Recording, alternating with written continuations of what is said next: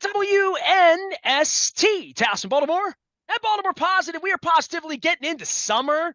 Got a real pennant race going on around here, and I'm doing the Maryland Crab Cake Tour. It's all presented by our friends at the Maryland Lottery. I have these 50th anniversary scratch-offs we're giving away. I'm going to be giving away the 3-7 sometime later on in the month. We were at the local last week. We had Fancy Clancy Haskett on the program talking about pouring beer since 1974. Our friends at Window Nation also putting it on the road, 866-90 Nation. Do what I did last summer. Get yourself some new windows. You save some money on that AC and all of the energy costs here coming up this summer. This guy hasn't been on in a little while. I don't know that it's been a long time since he and I have talked about relevant baseball. He, along with Marty Conway and some of my other folks, has been the Masson insider to peel back the onion of the Angelos Lerner wars. We have since seen his former Nationals, as a longtime Washington Times sports writer, win a World Series, and now we're in regional sports network hell where my Padres don't even come on the television. Eric Fisher joins us for the first time in a long time. He has made a vocational move, longtime Sports Business Journal, and then at Sport Business. Now doing things independently and has a new outfit he's going to tell us all about. Dude, it's so good to have you on, but the best part of this, as a Camden Yards veteran, and I know you are, and you spent many years supporting the Orioles and being up here covering it with the Times and all that before they were Nationals, we have a relevant baseball team here, and this city has a different heartbeat about it when the baseball team's good, and I know you know that. Yeah, they're fun. They're likable. These are good guys by and large, and it's a fun team. This Orioles franchise obviously has got a real historical lineage going back to the Cal days, and Brooks and Frank and all of that.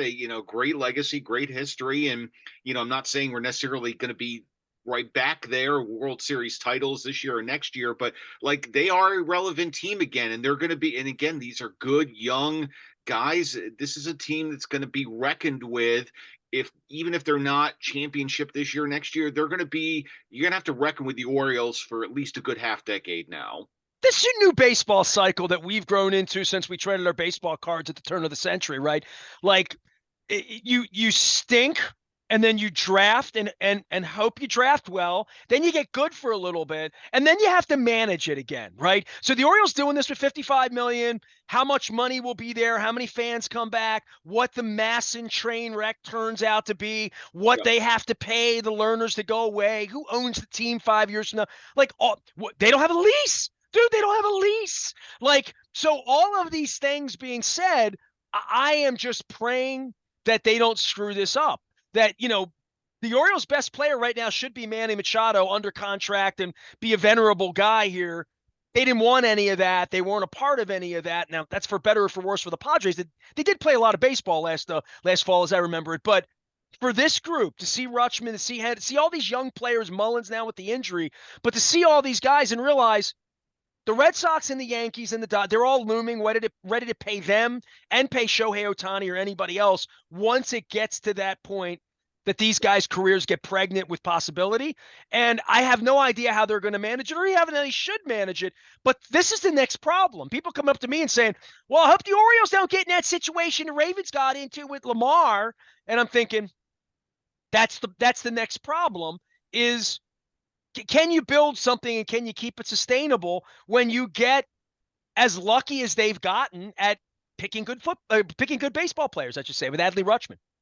Yeah, so there's a lot of things in there, but you are correct. This core is all for the most part pre-arbitration, pre-free agency, and they're sort of playing above their market value, and that's sort of the nature of the construct of basic player salaries, that you have these good young players that are sort of playing above their value in those initial phases of their career. This is essentially year after year how the Rays have been able to sustain a contender, is to get people playing above their sort of strict market value, so to speak. And never paying them. In their case, Right, that's been right. their model. I mean, I So hope that's not the Orioles model. That was right, the A's model. Look at them. right. By the time we get to the potential wash, rinse, repeat portion of this cycle for the Orioles, when the big bills start coming due, ideally we'll have a better sense of the entire landscape economically of Major League Baseball. We've got big questions, as you alluded to in your opener, about the entire macro landscape for RSNs, what's going to happen with the ownership of one, maybe both teams in the capital region, what's going to happen with the stadium lease, what's going to happen with Rob Manfred's next contract, et cetera. There's a lot of big questions out there. And by the time, again, when the big bills come due in 3 to 5 years on this core, ideally a lot of that will be clarified in a way that those questions can be answered in the form of market value contract tenders. It's never going to get level playing field, though, dude. You and I have been chasing that. I've been on the Yeah. air 31 years. I mean, I remember when the Orioles were the spenders. They were the ones buying Alomar, and in that era when the Blue Jays and them had money and the Yankees didn't have a stadium and the Red Sox were still, the ghost of the curse of the Bambino. Like I go back that far and the game's changed so much, but this is the window for the Orioles to say, what are we going to be? And I would take it even further in saying I was there 10 years ago. It feels like 10 years ago. I guess it was 9 years ago now. The Royals thing. And you were in the press box too out there. I remember seeing Yeah. you there. Yep. And the Royals were back, and everybody's in powder blue, like my Coons Ford shirt here, right? And they were all wearing George Brett jerseys and Mustakis, and these guys, I don't even remember their names anymore, right? They're gone, long gone. Everything there is gone. Whatever they built is over with. Nobody goes to the game. Like all of that, man, it's like a blink, and it happens for Matt Wieters is here, he's gone. Nick Markakis is here, he's gone. Brian Roberts is here, he's gone. Adam Jones, look, he's young, he's gone. He's in Japan. And it really does happen that fast, but then the franchise stays behind. And whether there's real fans, real money, real sponsorship, a real, what the Cardinals have, where they're just always in it, what the Braves have managed to do by moving their stadium, that it feels like they have money to keep players, spend, and be a part of the mix of Major League Baseball, not what the Royals have been or the A's, which is we'll try for a couple years and then we're going to go to the cellar and we're going to bottom fish. The Astros did it, bottom fish for years, not have television ratings, and just tank our franchise in the hopes to build it back up. I mean, that's been a pretty workable model for a lot of these owners. Yeah, on the Orioles' best day, they're still essentially going to be the fourth banana economically in that division. The Yankees, the Red Sox, and the Blue Jays pretty much always going to have more revenue opportunities Man, that's coming. a bitter pill, isn't it? I mean, you just really splash like poop on it, like literally. Like that's just the fact, right? Like really. But having said all of that, you reference the Braves. The Braves, in a lot of ways, are essentially the model franchise in the entire league right now in terms of their building, how they win, how they conduct their business. There's a lot of good things happening in Atlanta, and you could make a very similar case that the Mets, they've got the biggest payroll in the league. You've got the Phillies out there. You've got Washington that again is a bigger market and should be rolling in bigger than what Atlanta is doing, but Atlanta just keeps doing it. And a lot of what they've done is locking up those guys on long-term contracts before they hit their final arbitration and free agency years. And so there is there's a whole other discussion to have on that. And there's a big sort of push pull, and there are folks within the agent community and the union committee who are not in favor of those kind of deals because players don't necessarily have a chance to go to full free agency and maximize their potential value. But from the other side of the coin, Atlanta has built a sustained winner making a lot of those deals. That could be a pathway for the Orioles long term, that instead of waiting for the big bill to come that I was referencing before, maybe in a year or two that you sort of, okay, these are real guys that we want around for 5, 7, 8 years, whatever it is, and start making those contract offers sooner rather than later. Eric Fisher's our guest. No one knows more about the business. Certainly baseball and sports has covered it for a long, long time in a lot of ways. You started the conversation, as you're always the smartest guy in the room, but you started with RSNs. And you said, all right, let's start with that. I've already kicked the Padres in the groin to begin with. I've been kicking D'Angelo's Lerner relationship that was approved by was it Bob DePay 17 years ago, and it's still not organized in any way. 18 years ago, still not organized. And you and I have had volumes of debate on that all these years. But at its core, when you talk about the macro model and how They're going to generate revenue. I see they're asking Padres fans for 1995 now, like direct to your television screen. Eric, my wife and I got food 2 Fridays ago, and we came in here looking for the baseball game when the Orioles were winning. They were, like, and we couldn't find the game, and Apple Plus wanted my credit card, and I gave them the middle finger, and I'm like, and we didn't watch the game.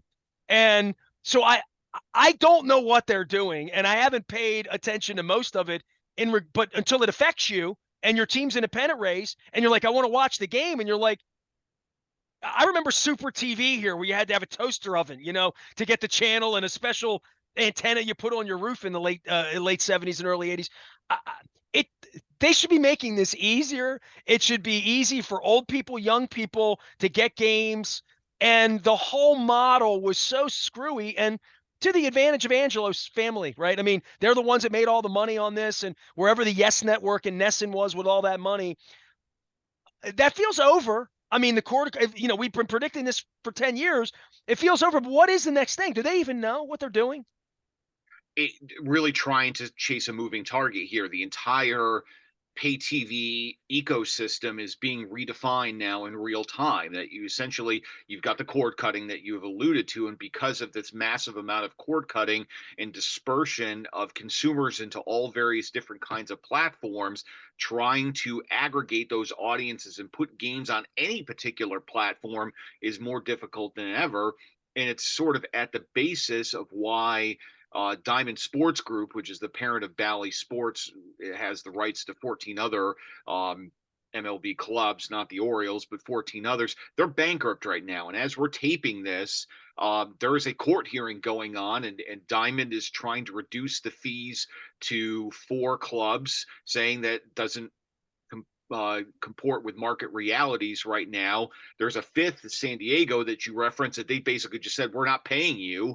And so MLB took that opportunity to seize the rights back, and they're now distributing the games, trying to figure out how to not only get the games out, but recreate those sort of solid economics. The Padres getting $60 million a year for Diamond, and all of this sort of patchwork that they've sort of built up just to at least get the games out. That's great. They're serving the fans, but then how do you sort of get that $60 million back? Nobody knows the answer to that question, whether it be in this near-term solution or even a long-term solution. How you reconstruct that model, again, it's chasing a moving target. I felt like these people have been stealing money for a long, long time from little grandmothers that off the cable bill that wouldn't care about baseball, people that would never watch baseball, don't even know where the channel is. Half the time you get Mass and One, Eric, and the Nationals are on. So if you're in a hospital or a hotel room where you only get one channel, you don't even get you don't get the Orioles in places.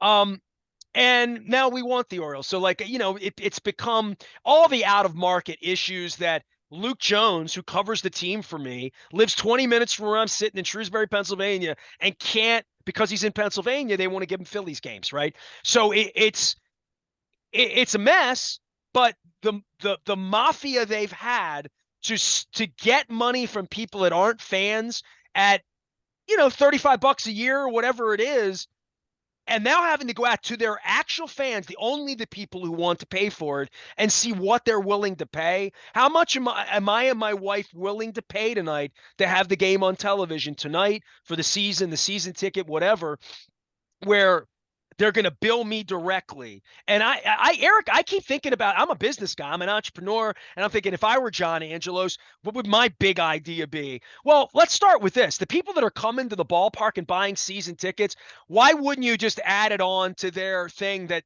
they get the game, buy the 26 game plan and we'll give you the games on TV for free, right? You know what I mean? Like, there's going to be some model where they build that in.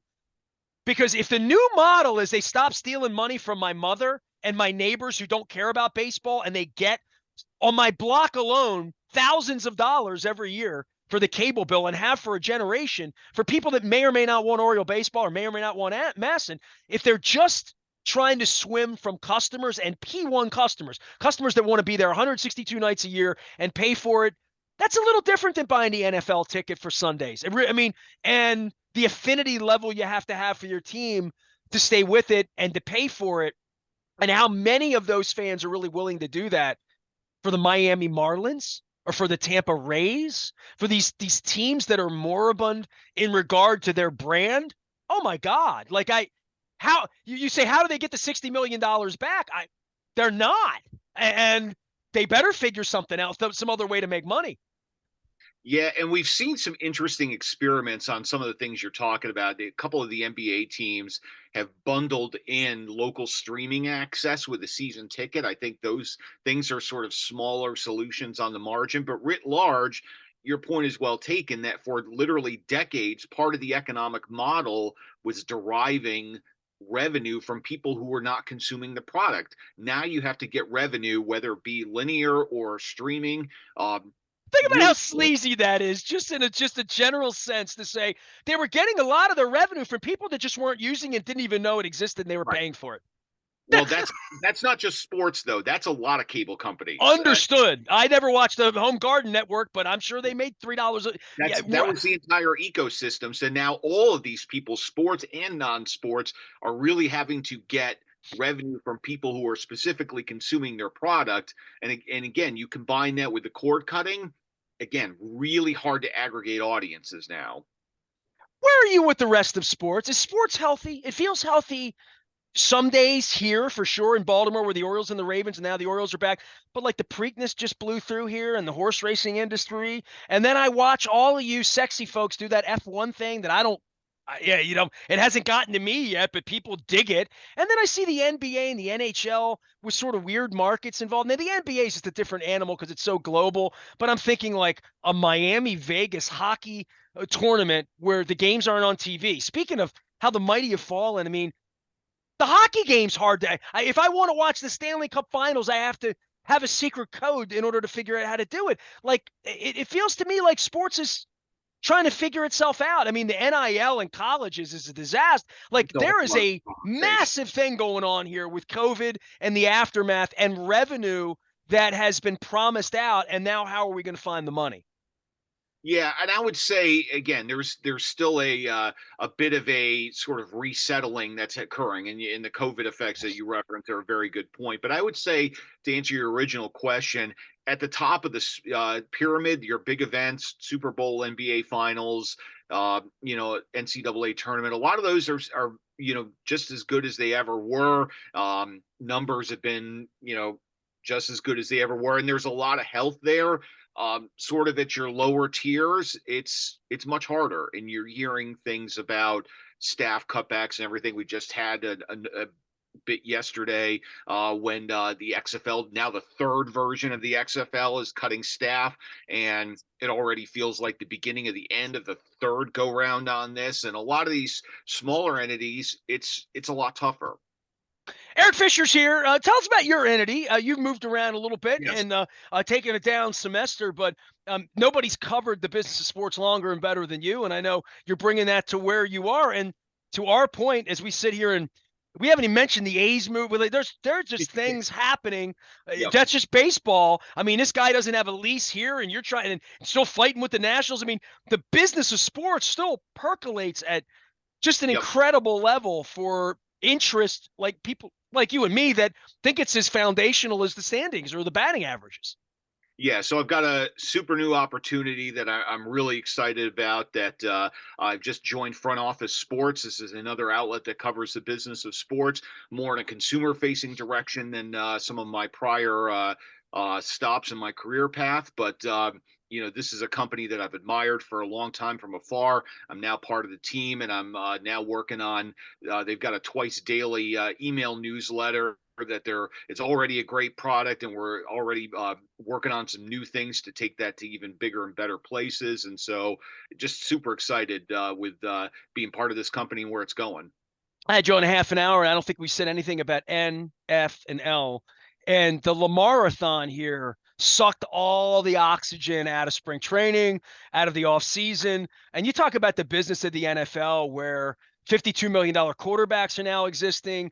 And the NFL, I don't know that it takes any downtime, but it feels like at least for a couple of weeks around here, baseball has become so significant that the Ravens have moved below the fold on page one a little bit. And that's an interesting thing because that's very hard to do, to move the NFL off the top of the fold, right? Yeah, we're in the 6 week span. This is literally the quietest 6 weeks of the entire year between the schedule release and the beginning of training camp.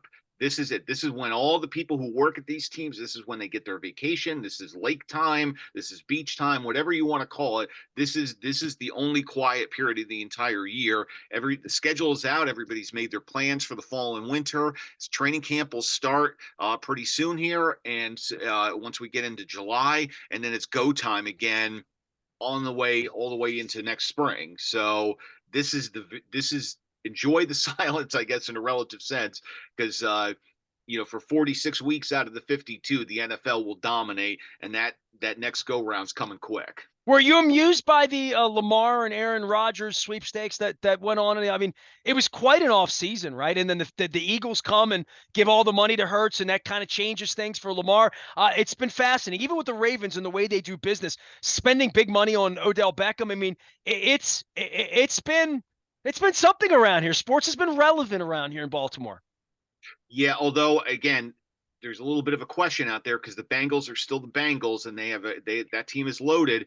And I'll sort of show my bias growing up a Steeler fan. That team has come around in a big way. They're going to make a jump this year, and so my point is that division is really tough. There's a case to be made that even though Cleveland's still Cleveland, but there's a case to be made top to bottom, perhaps the best division in the league.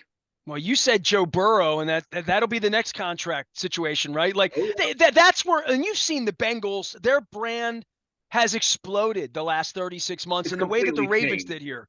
You remember Jerry Jones yelling at Mike Brown to actually monetize his franchise. That wasn't that long ago.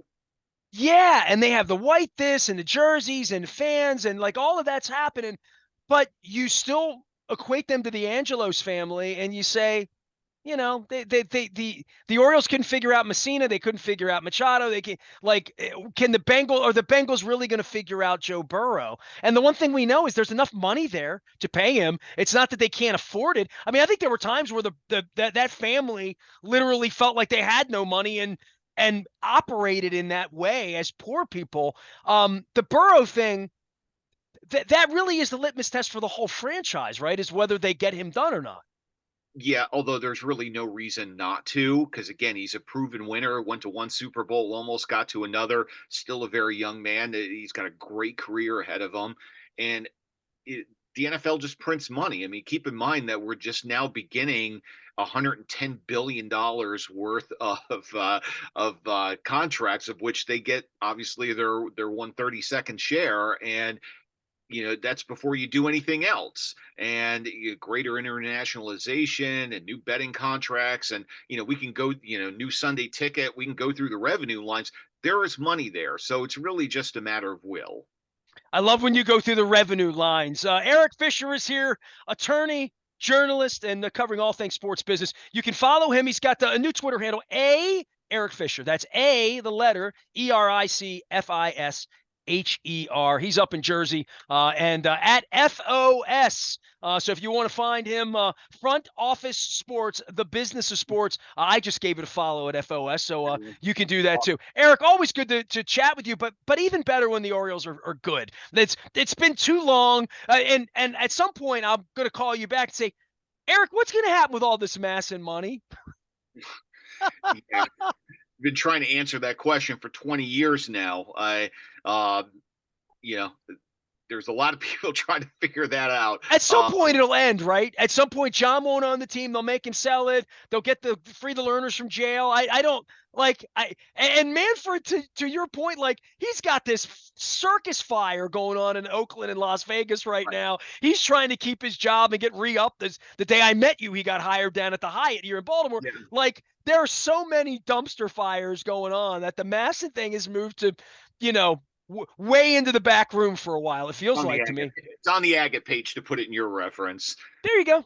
Scoreboard page, as I called it back in the day at the Evening Sun, compiled by little Nestor Aparicio. Eric Fisher, a good newspaper man, long time at the Washington Times, now up in Jersey doing it right. Give him a follow and follow them out at FOS and Front Office Sports. You can follow me for a crab cake, and I got to get Fisher down here for a crab cake. Last time I think we had milkshakes and burgers at some Nationals game, but we're going to be doing the Maryland Crab Cake Tour all over the state. We're doing the Oyster Tour for our 25th anniversary in September.